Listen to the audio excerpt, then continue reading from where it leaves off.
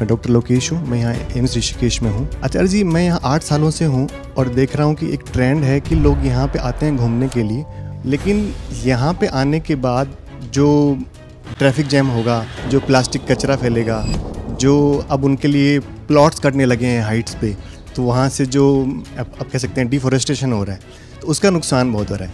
उस चीज़ को बैलेंस नहीं कर पा रहे हैं दोनों ही लोग। ये बैलेंस हो भी नहीं सकती, कोई तरीका नहीं है, कोई बैलेंस नहीं है कि इतने लोग यहाँ आएंगे और पर्वत बचे रह जाएंगे। आप कह रहे हो आप 8 साल से देख रहे हो, मैं 20 साल से देख रहा हूँ। मैंने 20 साल में ही भारी भारी तबाही देखी है यहाँ पर्वतों की। ऋषिकेश वो है ही नहीं जो 20 या 10 साल पहले भी होता था। कोई तरीका नहीं है कि ये यहाँ आए और पर्वत तबाह ना होंगे। अरे कैसे लोग हैं जो यहाँ आ रहे हैं? कौन से लोग हैं जो गंदी नौकरियाँ कर रहे हैं? अब वो जो नौकरी है उसमें उनका खून चूसा जाता है, साथ ही साथ वो शादी ब्याह करके 2-4 बच्चे पैदा करके बैठ गए हैं, तो ज़िंदगी झेली नहीं जाती। तो किसी तरह से एक छोटी कार खरीद ली है तो उसको जल्दी से वो वीकेंड पर बुर्र भगा करके यहाँ ऋषिकेश में आ जाते हैं, क्योंकि कहीं और जा नहीं सकते।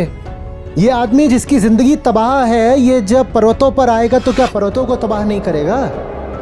अगर उत्तरांचल वासियों में अपने पर्वतों और नदियों के लिए प्यार हो तो एंट्री टैरिफ लगा दो, मत घुसने दो इतने लोगों को, भले ही वो बात नाइंसाफ़ी की लगे, भले ही फिर इल्ज़ाम लगाए जाएं कि अरे क्या गरीबों के लिए इस दुनिया में कोई जगह नहीं, क्या गरीबों को पर्वतों पर जाने का हक नहीं।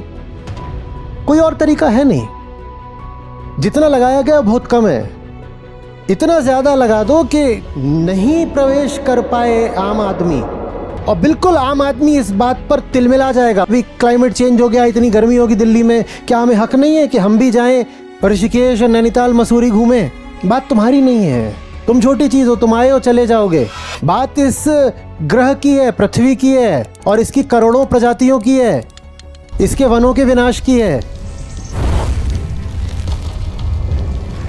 और अगर तुम्हें दिखाई दे रहा है कि तुम्हें अब दर्द हो रहा है, तो कम से कम इतना करो कि जनसंख्या और मत बढ़ाओ, तुम अपने दर्द को ही कोई सही काम करने का कारण बनाओ।